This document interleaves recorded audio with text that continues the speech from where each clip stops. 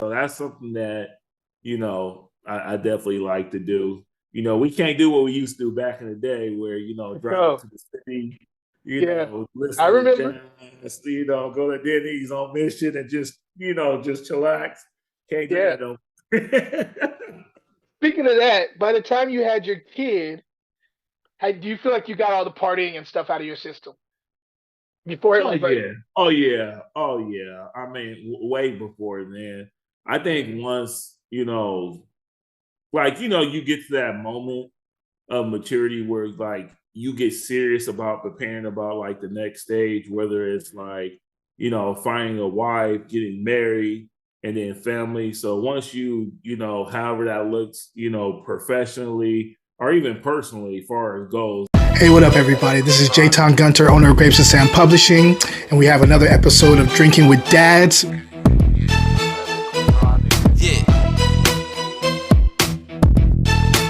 This is a show where I give fathers their flowers. Hey, what up, everybody? Jayton Gunter here for another episode of Drinks with Dads. It is the working title. We're still trying to pull out, flex out some of the bugs. We're not sure what we're going to have the real title, but right now is Drinks with Dads. As you can see, it's not just me on the camera. We have Michael Boykins in the building. Say what's up, Michael. What's up? What's up? What's up? I can't wait to get into his story as a father. But before I do, just want to let you guys know what the premise of this show is. The premise of this show is we want to give fathers their flowers. What I've noticed in not just my community, but like other communities of color, um, I don't see a lot of media covering fatherhood. We cover Mother's Day, and it's like everything's about the mothers, which is great because they are the backbone of the house. We couldn't do anything without them. But I do want to see some more focus on the father. This is important for me because I'm a brand new father. I'm going to be picking their brains. It's not. This is going to be fun for me to um, learn more about fatherhood from these people, but also where it's not creepy, where I can actually really ask them questions. Because guys don't like to ask each other questions. If you know that about us, we kind of keep things to ourselves. But this is an easy way for me to kind of get into that zone of asking them questions, so I could be a better father myself. So anyway, before I get into the interview, Mike, really quick, where are you located right now? I'm just curious.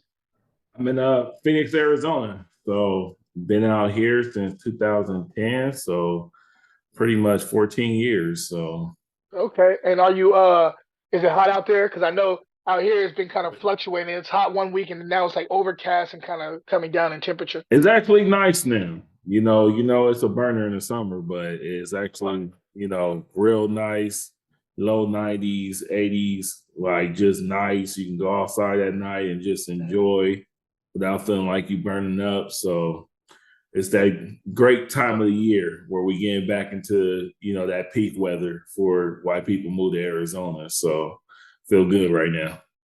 Got you. So everybody, you just need to know a little something. We have a background. This is my boy. We go way, man. We go back to college. We got over 20-year relationship, friendship, man. Oh yeah. That's my dog. And he when I was thinking about people for this podcast, for this show, he was one of the first people on the list because he's such a wonderful father. And he's one of the people that when I was, before the kid came, I was trying to, how do I channel Michael Boykins? You know what I mean? And so, because he's such a good father. And one of the things, so because we go back so far, we go back even back to the COVID days and the party days in downtown San Jose. We're not going to get into that too much today. We got to keep that under wraps because we are both men. We have evolved and grown as men. But one of the things we used to do when we used to go clubbing is we go to Denny's after, or whatever open late night spot we can get into. And Mike never really drank, so he would always order a Shirley Temple. And so in paying homage to you, what we're sipping on today is Shirley Temples. Hey, Cheers. Thanks classic. for the Cheers. classic. Thanks for being on my show, bro. For sure, definitely. So my first question is, um, Father's Day is not really looked at a lot. It's like a blip. It's like it's not on anybody's radar. We always get the same gifts from what I've been told because it's gonna be I just had my first Father's Day. Um, what was the last gift you got as a father, or do you remember one that was memorable? Oh yeah, for sure. We simple. So I told my wife, it's only about three things that you can just get me every single year. And so what she's been doing lately is just giving me tickets to the USC game. As you know, born and raised in LA, I'm die hard, USC through and through. You already know. So I expect them USC Trojan tickets every year. So, if she take care of, one of the games, I take care of the two or three others, I'm good. So, you know, to me, that's the best Father's Day gift you can give me. That's the funny part about guys. We really don't ask for a lot. We're very simple creatures. Right. You don't have to. Exactly. You can do the same thing every single year. You don't got to change it up on us. It's just like No, no. once you find out what we like, we good. You know what Right. I mean? Exactly. In, the, Exactly. in those early years of fatherhood, well, first of all, let me ask you this question: were kids always in the cards for you? Were you like, did you always want kids? Oh, for sure. I mean, like even though my parents divorced when I was in elementary school, I still was close with both of them, so that I think that was great for me just to still be close, be able to have access and see them pretty much every day, just Mhm. because they live really close to each other and things like that. So I knew when I had a family on my own. I'm a junior, so Got you. I always wanted to continue the lineage and the legacy. And then, of course, me and you done had these conversations plenty of times how important purpose and identity is. So Yeah. that's a huge, really part of the legacy, and one of the reasons why I wanted to have kids. Now, I didn't know that I would either have like a son or a daughter on the first try. But after Yeah. me and my wife got married, the son came, and so I was definitely happy about that. To have a third, that's my little twin, little mini me right there. Well, That's my guy. That's my ace. that's hilarious. It's funny. I was about to ask you because a lot of like, you guys have to know. We have over a 20-year friendship, so I know the things, but I gotta ask because I want you guys to understand his story. So you have one kid, right? One Yeah, son. yeah, yeah, yeah, yeah. We just have the son only. Yeah, So yeah. you always wanted to be a father then. Yeah. Oh yeah. Oh yeah. Oh yeah. I mean, I didn't know like what the ins and outs would look like, but just having, good role models in my life, the late Bishop, Bishop Oscar Days Date. from Yeah. Bible Way Christian Center in San Jose, California. He was my mentor, spiritual father.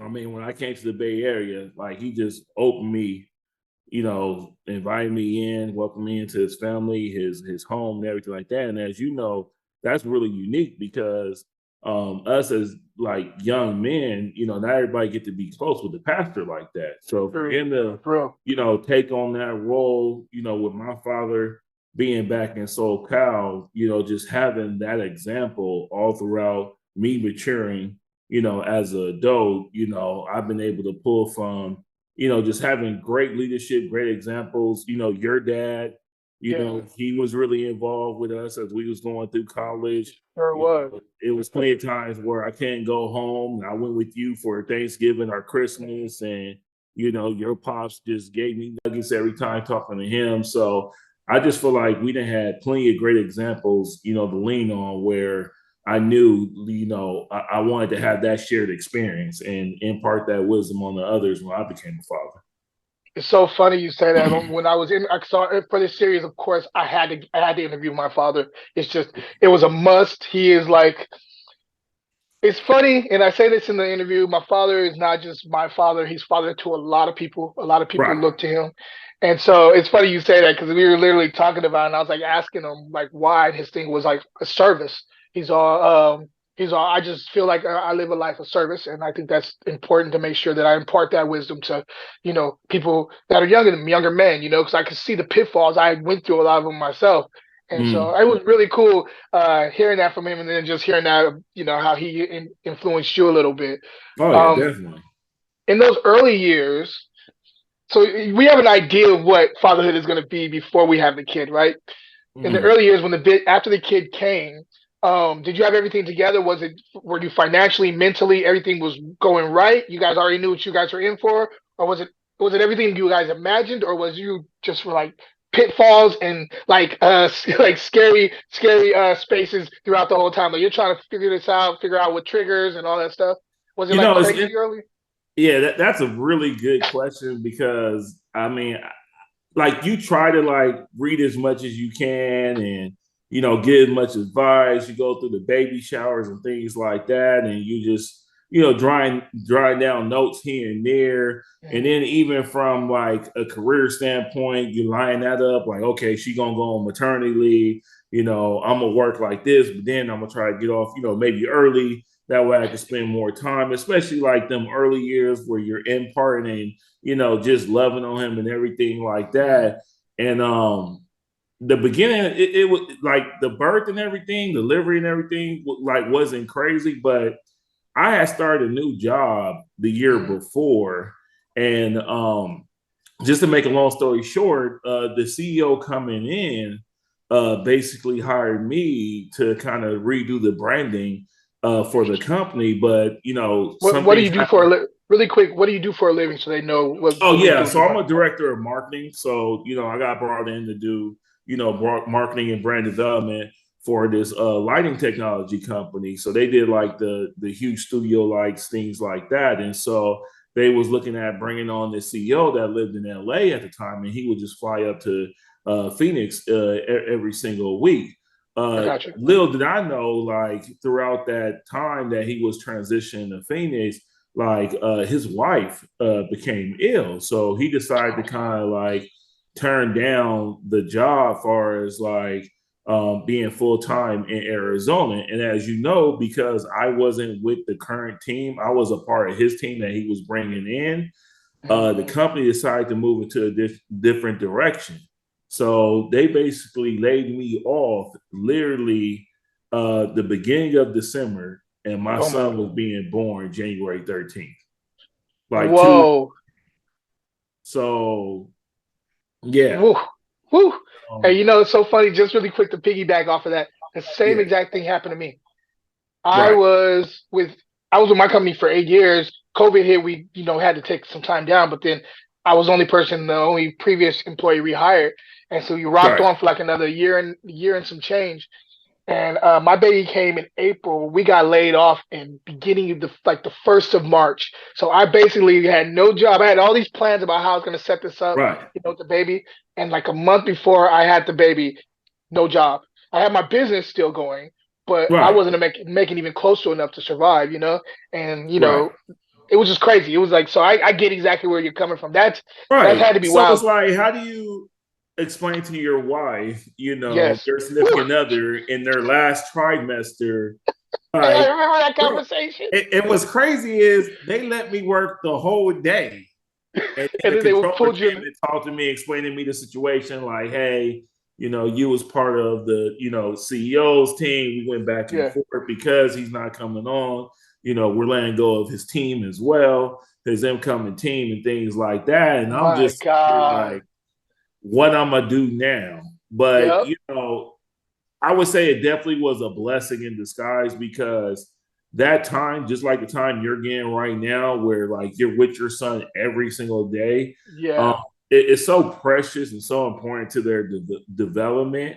And Hmm. and I know in our society we don't have nothing set up for the father to take time off of work. Hmm. Unfortunately, like how the mother benefits are rightfully so, just because Yeah. you're delivering the child, for health reasons, Hmm. trying to recuperate and things like that. But I would say if like employers, maybe not like the whole amount of time like maternity, but at least some time like that, you can't get that time back I got because you. as men, us being the provider. Now, God definitely, eventually, worked it out, but that was just a hard time of like, okay, taking care of your newborn at the same Hmm. time, I need to go out and work 2 or 3 jobs, just to keep us, you know what I'm Brother. saying? Like you do I what you know got exactly what you're saying. to keep afloat because she's going through what she's going through, and that she did conversation go was through, rough, bro. yeah, and she did go through some postpartum, so it's like, that make things a little bit harder, and us as men, we don't fully understand because we ain't never been through, let alone a wife post delivery, Yep. postpartum. So it's like all these new experiences you're trying to juggle at the same time. As a man, you can't be, your mind is conditioned to be like, what, I can't be home with my family like that. I gotta be Yeah. out, Yeah. doing what I need to do, working, 8 to 16-hour days, just trying to make ends meet and things like that. So, it yeah, definitely man. was something that drove, like, for me at least, it definitely was something that took some getting used to, staying at home and Right, like being, because my idea was like I was right, raised like my father, like like you go out and right, you get it and you bring right, money home, and so, and right. she has a great job. She actually just started her job probably 3 months, her new job 3 months before she had the baby. So she had gotten a really nice job, and I said, Mm, you know what, I'll take the one. I can work. I have my job, my business, so I can work from yeah, home. I yeah, just can't, it's just not generating the cash I wanted to at the moment. But like or right. at that time, but it's still money coming in. You know what I mean? Trying to figure it out and balances out. So it's been one of those moments where you have some clarification going on there that's trying to us figure out our roles. And speaking of roles, Stay tuned. Drinking with Dads will be right back. The Dream Team are a manhood development program that plays basketball. Their focus is getting the boys to be better individuals and leaders in the community while making them excellent basketball players. While most AAU programs cost over $5,000 a year, they are free for families and provide uniforms, warm-ups, shoes, and educational learning events. So they need money. To donate or hear more about the program, go to www.dreamteamantioch.org. Cheers. Now back to the show. you are married, right? You guys are married, Right. still together, same Yep. household, all that stuff, right? Yep. With the kid, did you guys kind of fall into different roles of raising the kid, or you guys? Because I know they always talk about the nurturer and they talk about the disciplinary, right? Are you guys Mm. both that in your own respect, or do you fall in the one side, she fall on the other side? And how does that work out? Does the nurturer get mad at the disciplined person? You know what I mean? Like, how's it work in your household? That is a great question because I do feel like maybe if we had a daughter first, Mhm. then it would be more of like your typical role as far as like, meet up with disciplinary and everything like that. But it's like with that dude being my twin, He's your boy, man. That's your dog. hey, when your parents said like, it hurts me more than it hurts you, like the discipline. Say that mess, bro.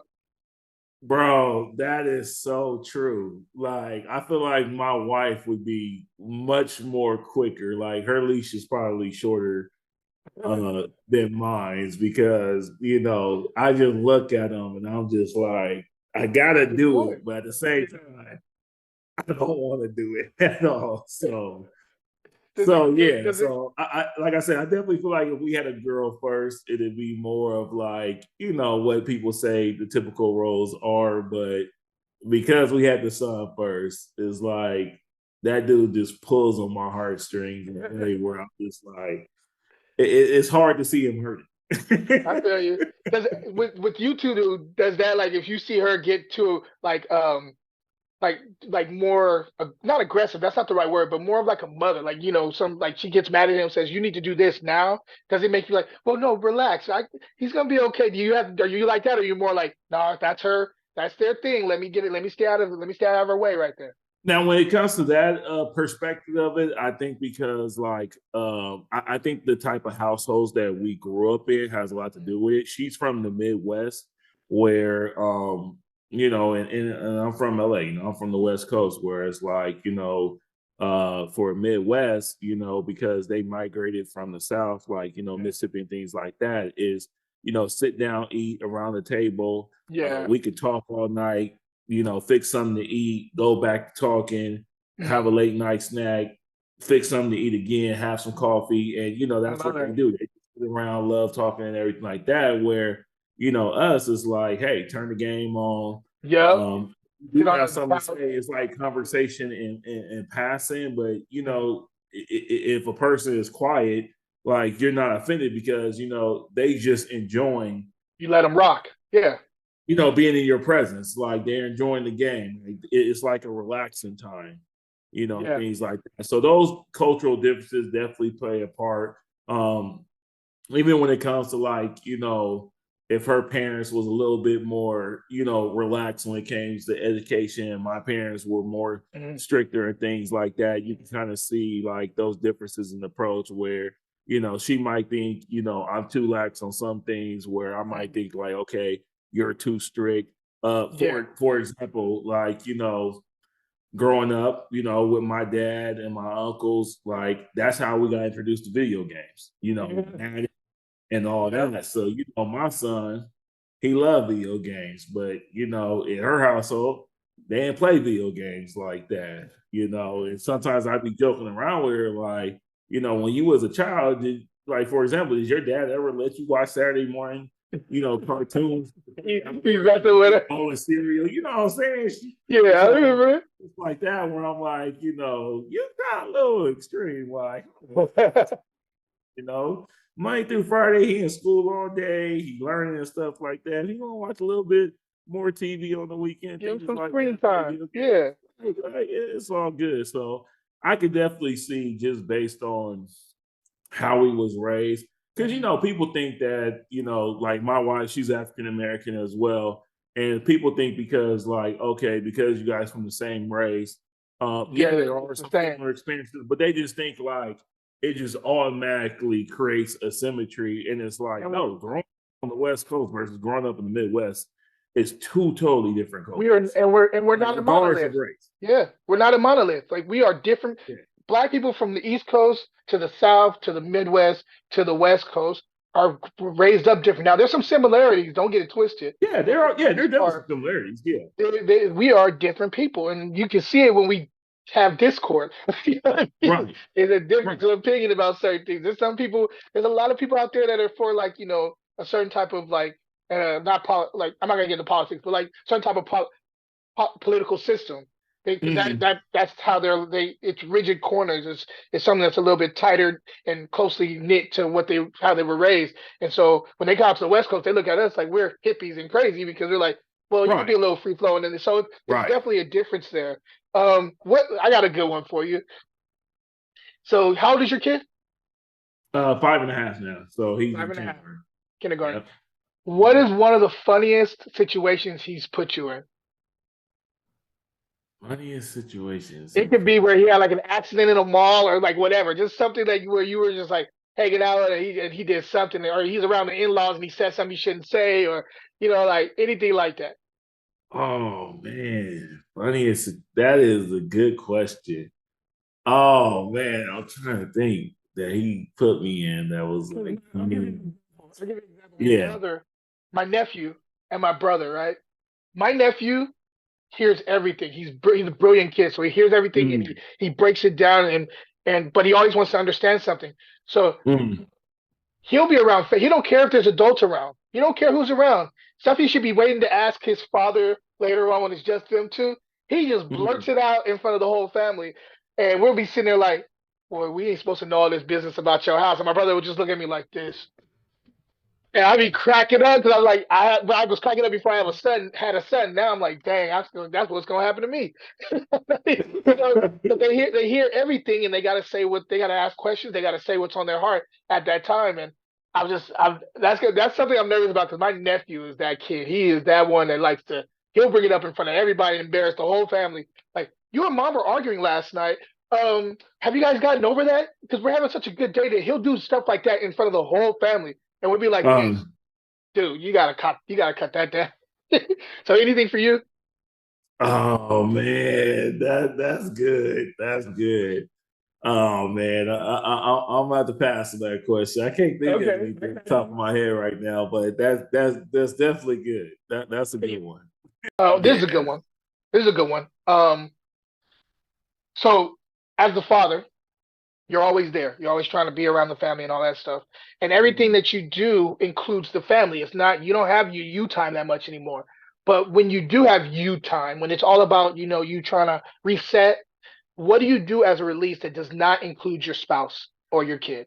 Like, what is there something that you do that helps you to kind of just digest the day and, get Oh out in front of it? man, like, there's like the usual go in the man cave, you Mhm. know, play some, video game, things like that. But I give you a good one, which you already know this about me because this goes all the way back to, if we were stressing over college and things like that. Mhm. And that is, just go watch a movie by myself. Yep. Like, go to the movie theater, get some popcorn, and just chill Yeah. for like a few hours. Like, some people think that's like, I would never go to the movies by myself. But man, Crazy. as you know, that's probably one of the most relaxing Yep. you can do. You put your phone on silent, and for 2.5 hours, you just Chill out, bro. thinking about nothing, just chill out. Yep. I used to So, do that. I used to sneak me some booze in there, like some wine or whatever, and I put it in my little teacup by myself. I'd be sitting out there with nobody around me. I make sure I hopefully can get a ticket that's not close to anybody. And I just sit there and watch a movie by myself. I still do that every once in a while, man, when I yeah. get to. Yeah, so that's something that, I definitely like to do. We can't do what we used to back in the day where, drive up So, to the city, yeah. I listen to remember. jazz, go to Denny's on mission and just chillax. Can't do Yeah. that no. Speaking of that, by the time you had your kid, do you feel like you got all the partying and stuff out of your system before it? Oh Like, yeah. Oh yeah. Oh yeah. I mean, way before then. I think once, you get to that moment of maturity where like you get serious about preparing about like the next stage, whether it's like, finding a wife, getting married, and then family. So once however that looks, professionally or even personally, as far as goes, like, hey, by this certain year, I want to be at, this financial status or wherever the case may be, that's when, you know, still go out and have fun, things like that. And the older we got, me and you are both kind of like this, where it's yeah, like you want to travel more. And yeah, so, like, you know what? For this certain part of the year, I'm just head down, focused, grinding because I want to go travel and have experiences like that versus just the, usual, nightlife you do every weekend, you think on things like that. And plus, me and you, man, we clubbed so much our first 2 years of college that, yeah, by the time me and you got to the 30s and 40s, it's like, dude, yeah. Yeah, when we retired, we retired. We was down. We was out of the system. right, We right. was out We there. went all the way from Gilroy all the way to Northern Yeah, California. I mean, we hit every lounge club spot you could we think sure of. did. So No, we sure did. When you so with when you were out here, me and you was like that was like me, you, Dior, and all of we had like a tribe kind of thing going on in yeah. Arizona, and like with the fatherhood stuff. Do you have a tribe out Mm. there? And with that being said, like, how important do you feel that it is to have a tribe? Stay tuned. Drinking with Dads will be right back. So this is it's a vibe cookbook that we just published from Armando Tam, Chef Armando Tam, and we're talking about beefsteak on this recipe. It's one of my favorites in the whole book.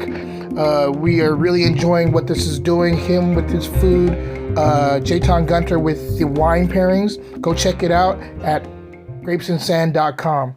Cheers, guys. Now back to the show. With you, do you have a tribe out there? And like, I haven't Yeah, I heard any. got a tribe. I wouldn't say like it's extremely big. I think it's just some of them you met like my boy Dominic. You met at my wedding, things like that. It's interesting because it's like we're transitioning through the same seasons of life together.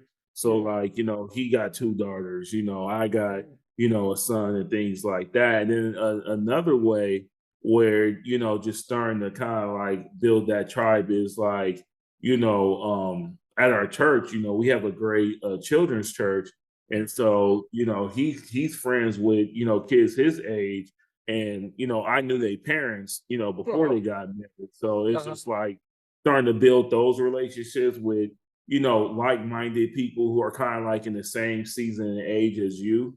So, we do like a lot of, hey, come to my son's birthday party. Okay, we're gonna go to yours.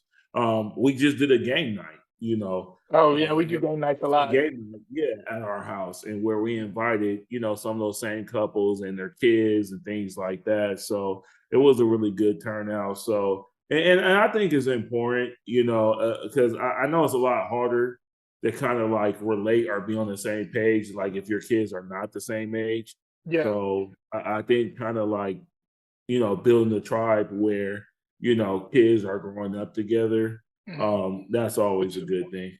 Yeah, so they have it. So it's very important to you. Yeah.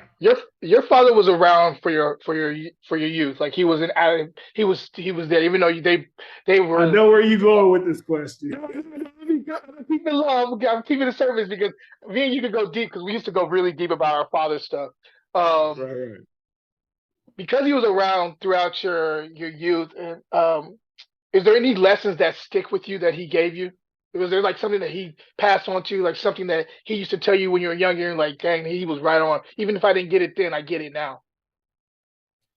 Um, it's not like really anything particular one thing. But I just think like no matter no matter the choices he had to make to like, push the family ahead in terms of like, providing and things like that, he always made sure there was an emphasis on education. Like he Love didn't that. allow us to, skip school.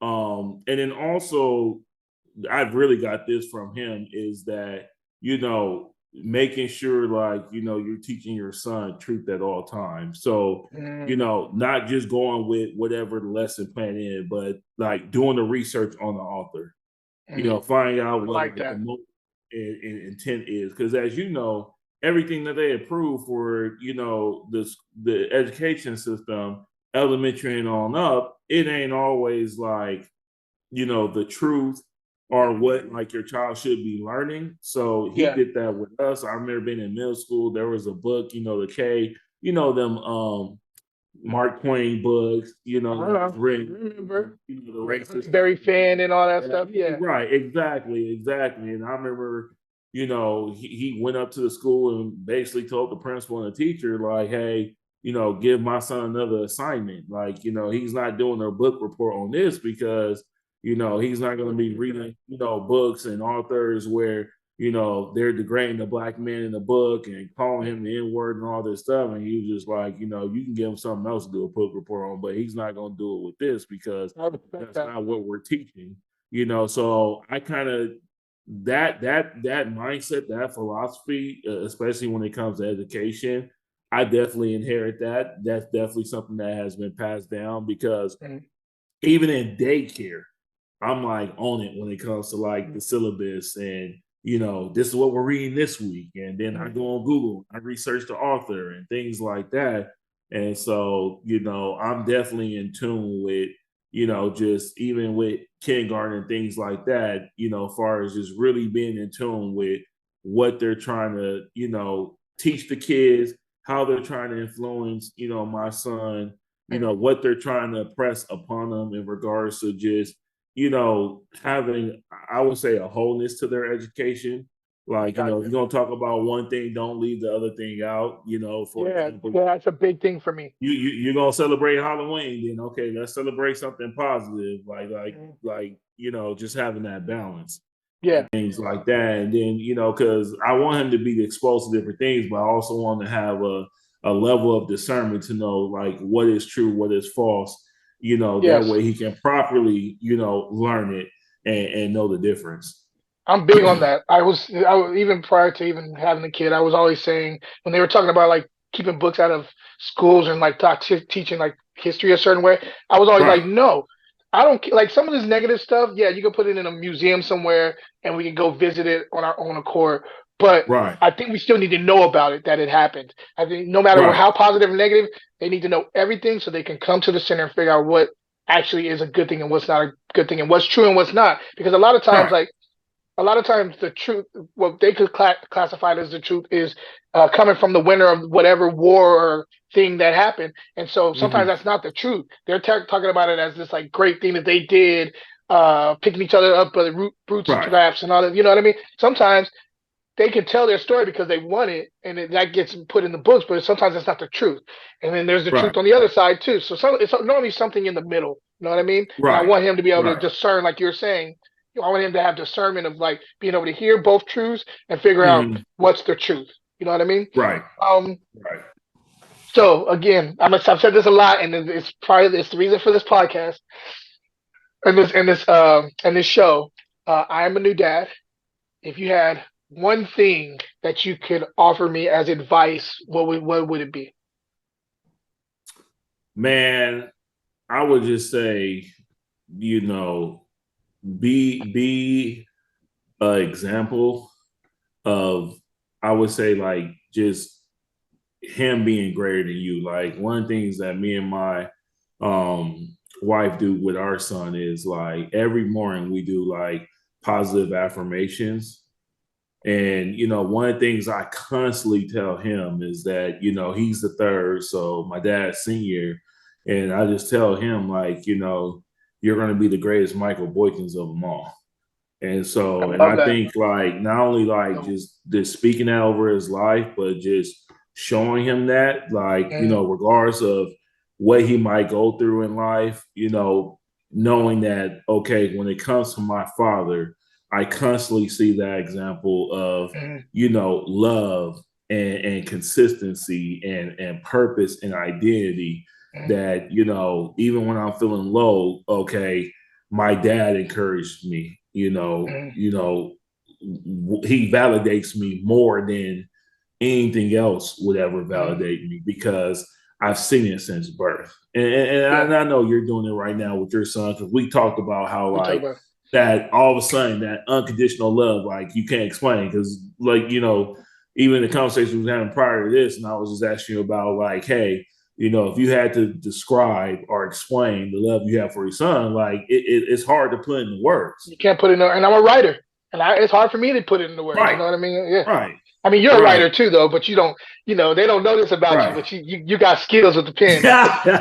Just so everybody, so y'all know, my man can write. He's got skills.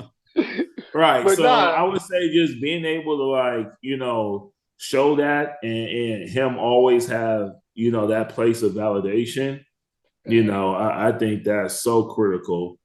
And I think that's kind of what you're doing with like, your podcast is like the Mhm. world's gonna project, the negative side of it. Yeah. But, just like there's so many, deadbeat fathers and things like that, there is some great fathers There's some great that we fathers out here. all know that is handling their business, raising their children the right way, and Mhm. just like your dad said, being a service not only to their children but just to my son friends. I'm coaching his basketball team, I've coached his soccer That's team, dope. and they're looking at me like example, like, man, your dad is awesome and things like Yeah. that. So it ain't just about my son, it's like that value of validation. I Mhm. want them to live with that, Yeah. forever, because there's going to come a time where he's going to leave a home and have his own house, and he might get discouraged, or let's say depression tried to creep up on him, or Yeah. anxiety, whatever. He It can happens. go back to that place and know like, hey, you're validated, Yeah. regardless You of that even what dude. you might face professionally. You know how it is in the corporate world for us, I do. you know I do. black men. So yeah, man, I would definitely say that. I like that, bro. Yeah, I want to thank you for being on my show, man. You are truly a brother. I like. I called you last minute. And you were like, dude, I got you. You were down Oh, for so fast. sure. You've always been For like sure. that, bro. Appreciate that. I Sure. want to cheers to you and fatherhood. For And sure. hold on. Definitely. Did you get a fresh cut to be on my podcast? Is that a fresh cut I see right there? Nah, man, nah. Okay, This okay. ain't I a was like, podcast. I saw it Nah. on family. Okay, did that for my But podcast. you know, I've been a part of the beer club, so you already know I how it appreciate that, is. my guy, my guy. Cheers, bro. Thank you. For real. Cheers.